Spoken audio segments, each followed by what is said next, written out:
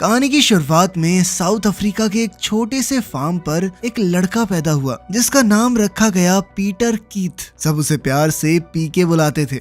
उसके पैदा होने से कुछ दिन पहले ही उसके पिता इस दुनिया से चल बसे। उनके परिवार पर मुसीबतें आन पड़ी। कुछ साल बाद वो इस घटना से संभले ही थे कि एक दिन अचानक फार्म पर मौजूद जानवरों में एक खतरनाक बीमारी फैल गई, जिससे उनके फार्म पर मौजूद सारी गायें मर गई। इस घटना से पीके की माँ बहुत ज्यादा परेशान रहने लगी। उसे लगने लगा कि वो इस फार्म को उस तरीके से नहीं संभाल पाई जैसे उसके पति संभाल लेते थे। लेकिन पीके की माँ ये बिल्कुल नहीं चाहती थी कि उनकी वजह से उसकी पढ़ाई खराब हो, इसीलिए उन्होंने उसे बोर्डिंग स्कूल में डाल दिया। इस स्कूल को अफ्रीकानर्स चलाते थे। ये ऐसे लोग थे जो आज से कई सौ साल पहले यूरोप से भागकर अफ्रीका में आए थे। वो ब्लैक्स को तो अपने से नीचा समझते ही थे, साथ ही उन्हें अंग्रेज बिल्कुल पसंद नहीं थे। खास नफरत थी उन्हें अंग्रेजों से। स्कूल के पहले दिन जब पीके हिस्ट्री क्लास में गया तो वहाँ टीचर बच्चों को अफ्रीकानर्स और अंग्रेजों के बीच हुई जंगों के बारे में बताने लगा। सभी बच्चे टीचर की बात बहुत ध्यान से सुन रहे थे।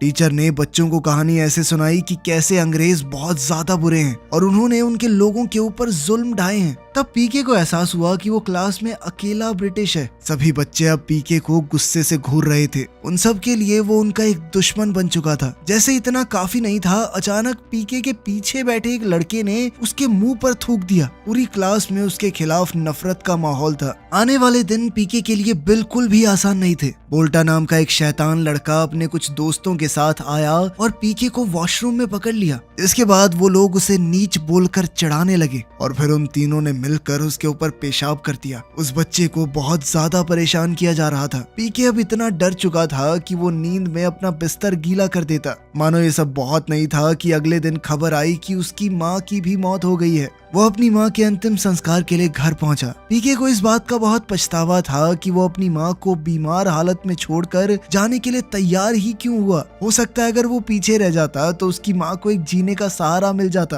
पीके के परिवार में अब बस उसके दादा बचे थे जो एक दूसरे देश में रहते हैं। स्कूल जाने से पहले पीके ने अपनी आया को पूरी बात बताई कि कैसे स्कूल में बच्चे उसे बहुत परेशान करते हैं। वो औरत पीके को अपने बेटे की तरह प्यार करती थी। पीके की मुसीबत को सही करने के लिए उसकी आया ने डेबुला मोंजी नाम के एक आदमी को बुलाया जो उनके कबीले का एक हीलर था। उसे बुलाया गया था पीके के डर को भगाने के लिए। एक खास अफ्रीकन तरीके से झाड़ फूक करने के बाद उन्होंने पीके को एक हाथी के सामने खड़ा कर दिया ताकि उसका डर खत्म हो जाए। जब हाथी जोर से चिल्लाया तो पीके उसके सामने से भागा नहीं और हाथी ने अपनी सूंड से उसके हाथ को छुआ। अब पीके का डर पूरी तरह से खत्म हो चुका था। साथ ही उन कबीले वालों ने पीके को स्कूल जाने से पहले एक मुर्गा दिया जो उनके हिसाब से उसकी रक्षा करेगा।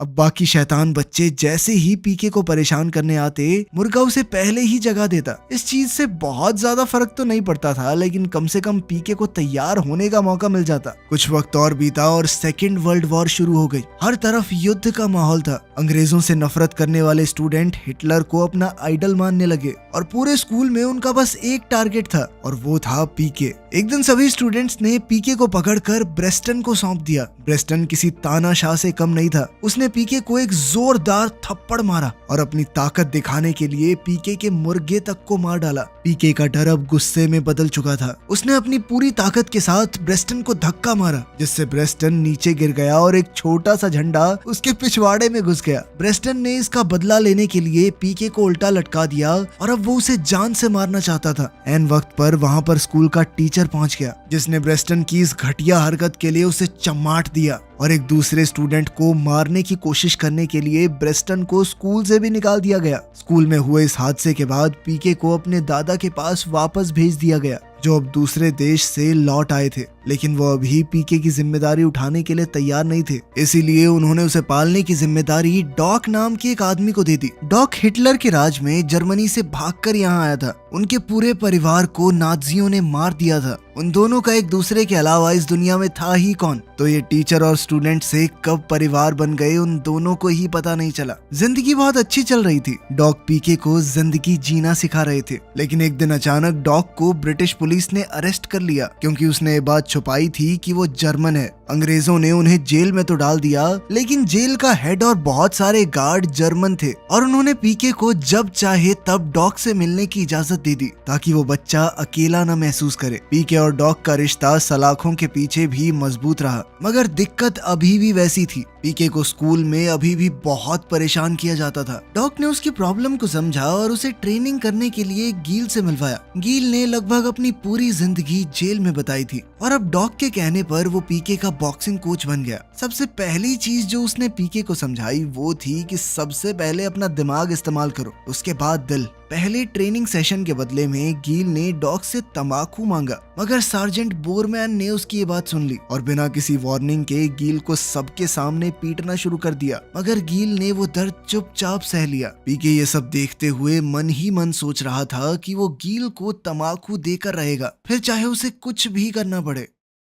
खैर पीके ने बॉक्सिंग सीखनी जारी रखी। जैसे जैसे वो बड़ा हुआ बॉक्सिंग में और बेहतर होता चला गया। उसने अपनी जगह जेल चैंपियनशिप में बनाई। जेल ने पीके को बहुत अच्छे से ट्रेन किया था। पीके अब काफी फुर्तीला और ताकतवर बन चुका था। जेल चैंपियनशिप जीतकर पीके ने ब्लैक अफ्रीकन के सामने अपनी रिस्पेक्ट कमाई। पीके कैदियों के लिए गमलों में छुपाकर तंबाकू भी जेल के अंदर लाया करता था। एक दिन पीके से तंबाकू की बाल्टी लेकर गील अपने सेल में जा रहा था, तभी बोरमैन ने गील को पकड़ लिया। गील ने उसी वक्त बाल्टी फेंक दी, मगर बोरमैन सच जान चुका था। गील ने कहा कि इतना ही शौक है ना तुझे तंबाकू खाने का। उसने अपने जूते पर थोड़ा सा कीचड़ और तंबाकू रखा और गील से इसे चाटने को कहा। ऐसी हरकत करके बोरमैन को बहुत मजे आ रहे थे। खैर बाद में गील ने पीके से कहा कि एक दिन इसका कच्चा चिट्ठा जरूर खोलूंगा दुनिया के सामने, और तब मुझे दिए हुए इसके हर दर्द की सजा मैं दूंगा इसे। कुछ दिन बाद हिटलर के मारे जाने और जंग के खत्म होने की खबर आती है, जिसे सुनकर डॉक बहुत खुश था। उसे अपनी घर जाने की उम्मीद दिख रही थी, लेकिन पीके इस बात से बहुत दुखी था। वो नहीं चाहता था कि डॉक उसे छोड़कर कहीं और चला जाए। कुछ समय बाद डॉक को एक वेलकम कॉन्सर्ट का इंचार्ज बनाया गया, जो कि कमिश्नर के आने की खुशी में था।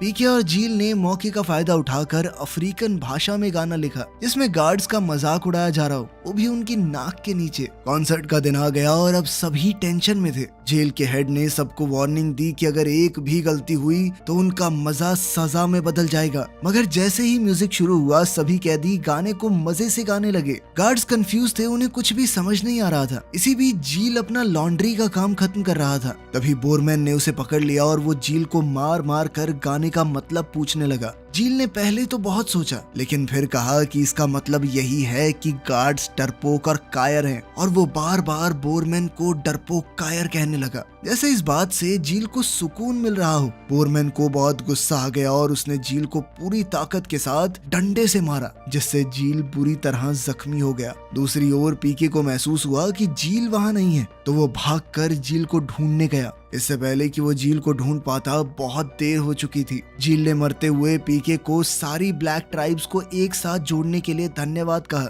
और वही बात दोहराई जो उसने सबसे पहली बार पीके को बताई थी, पहले अपने दिमाग से काम लेना, दिल से नहीं।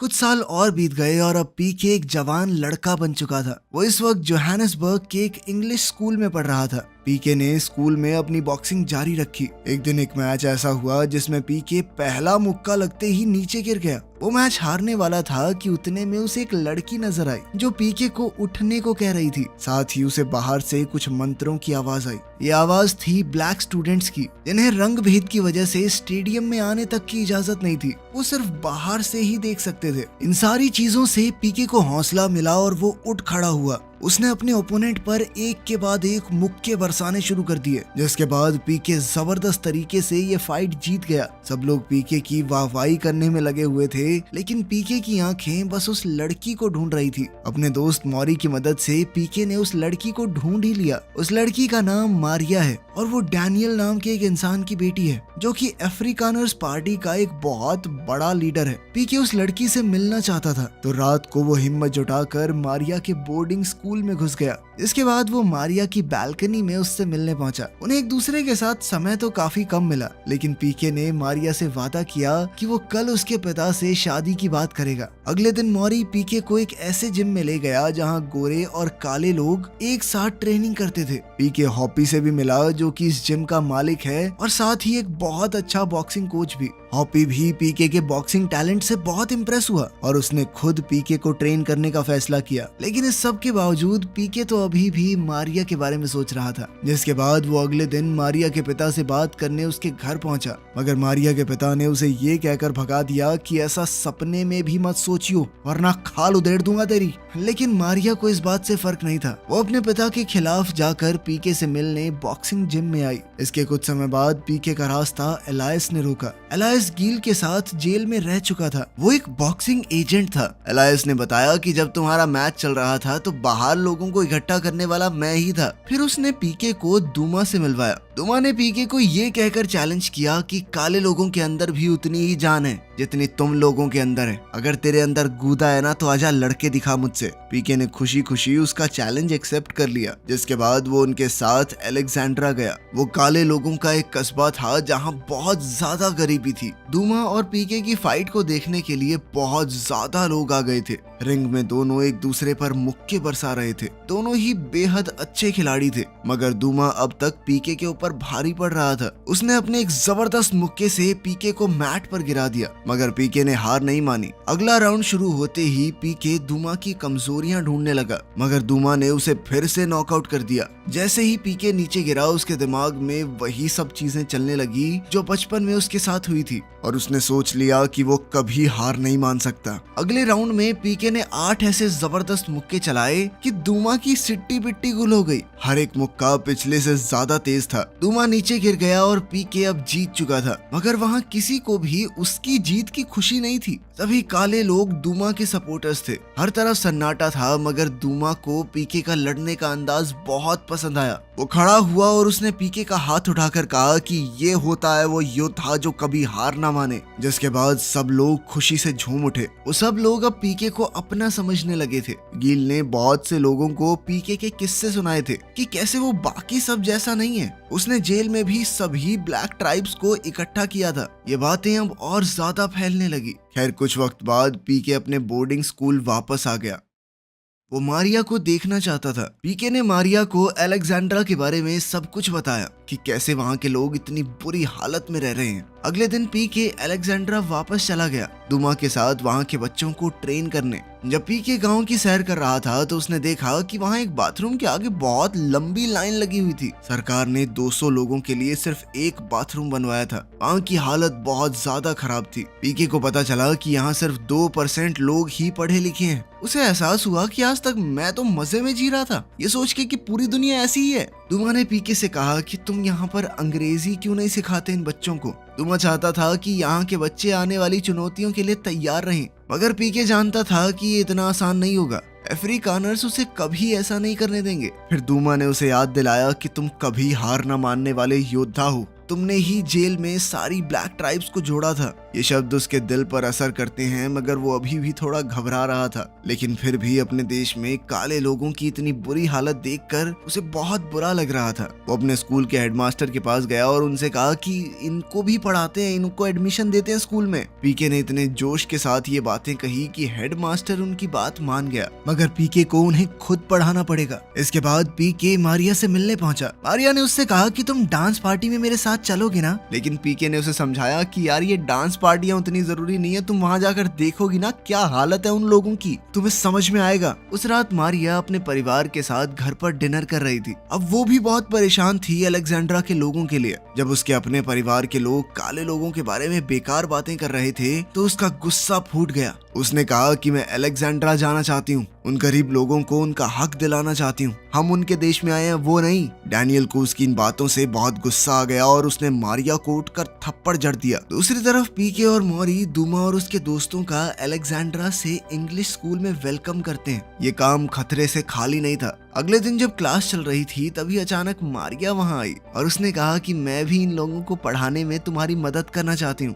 पीके ने उसका शुक्रिया अदा करते हुए कहा कि तुम यहाँ मत आओ, फंसने के चांस बढ़ जाएंगे। अगले दिन पीके को हेडमास्टर के कमरे में बुला लिया गया और हेडमास्टर के शब्द उसके चेहरे पर मुक्कों की तरह पड़े। स्कूल को कर्नल बोठा और उसके असिस्टेंट ब्रेटन की तरफ से ऑर्डर मिले थे कि काले लोगों को पढ़ाना बंद करो। बोठा और ब्रेटन वही अफसर थे जिन्होंने बोर्डिंग स्कूल में पीके को इतना परेशान किया था। अब वो पुलिस में भर्ती होकर डैनियल के लिए काम कर रहे थे। साथ ही वो दोनों डैनियल के लिए पीके और मॉरी की जासूसी भी कर रहे थे। अगले दिन हेडमास्टर ने दोबारा उन्हें अपने कमरे में बुलाया और कहा कि तुम दोनों को फुल स्कॉलरशिप पर ऑक्सफोर्ड यूनिवर्सिटी जाने का मौका मिल रहा है। ऑक्सफोर्ड यूनिवर्सिटी जाना वहाँ पर पढ़ने वाले किसी भी स्टूडेंट का सपना था, लेकिन पीके कुछ हद तक समझ गया कि ये डैनियल की चाल है उन्हें अपने रास्ते से हटाने की।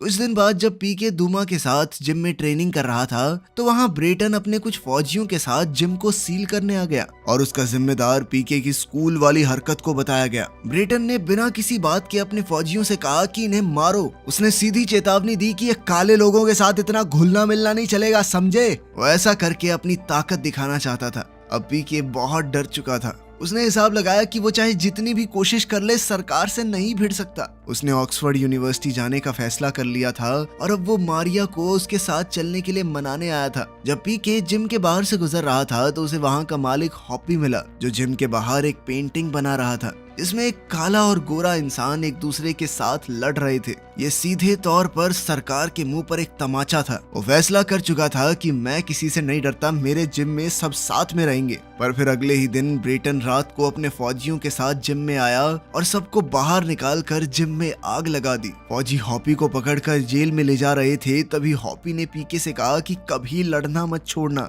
और उसका मतलब सिर्फ बॉक्सिंग से नहीं था, उसका मतलब था कि सच्चाई के लिए लड़ना जरूरी है। हॉपी की बातें सुनने के बाद पीके ने भी फैसला लिया कि मैं इतनी आसानी से हार नहीं मानूंगा। उसने मॉरी और मारिया की मदद से ब्लैक अफ्रीकन्स को पढ़ाना शुरू कर दिया। इसके लिए वो चर्च का इस्तेमाल कर रहा था। सब कुछ चल भी बहुत बढ़िया रहा था कि तभी बोठा और ब्रेडन ने चर्च में रेड मार दी और फिर वहीं पर मारपीट शुरू हो गई। इस सब के बीच गलती से मारिया के मुंह पर एक डंडा पड़ गया जिसके बाद वो जमीन पर गिरते ही एक पल में मर गई। पीके से अब ये सब बर्दाश्त नहीं हो रहा था। जब वो मारिया के फ्यूनरल पर गया तो डैनियल भड़क उठा। वो उसे मारने के लिए आगे बढ़ा। पीके को भी अब उसका कोई खौफ नहीं था। इतने में दूर से उनकी तरफ एक आवाज आई। अलेक्जेंड्रा के वो सारे बच्चे अपने परिवार वालों के साथ आए थे जिन्हें भी मारिया ने कभी पढ़ाया था। उनकी एकता ने डैनियल को पीछे हटने पर मजबूर कर दिया। मारिया के मरने के बाद पीके अंदर से टूट चुका था। उसका हौसला खत्म हो चुका था, वो हार मान चुका था। जब पीके दूमा के पास उसे बताने गया कि मैं तो भाई ऑक्सफोर्ड जा रहा हूँ, मुझसे अब और नहीं हो पाएगा,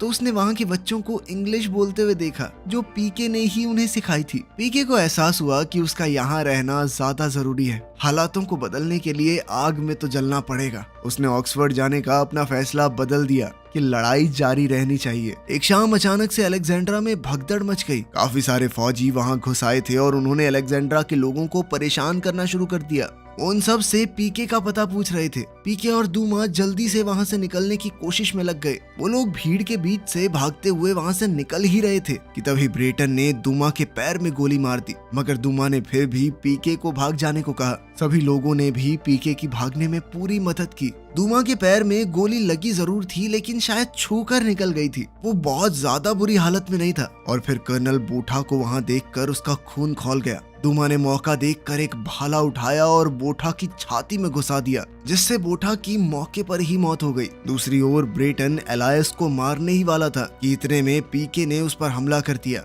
आखिरकार उसे भी ब्रेटन से बदला लेने का मौका मिल गया था। पीके ने ब्रेटन को मार मार के अधमरा कर दिया। तभी ब्रेटन ने मौका देखकर हाथ में पिस्तौल उठा ली और वो पीके पर गोली चलाने ही वाला था कि तभी दूमा एक क्रिकेट बैट लेकर आया और ब्रेटन के मुंह पर जोर से दे मारा, जिससे ब्रेटन की भी मौत हो गई। आखिरकार दूमा और पीके वहाँ से बच निकले। वो एक दूसरे को शाबाशी देते हुए ये वादा करते हैं कि वो तब तक नहीं रुकेंगे जब तक यहाँ पर हालात नहीं बदल जाते। वीडियो पसंद आई तो लाइक कर देना, चैनल को सब्सक्राइब कर लेना। मिलते हैं अगली वीडियो में।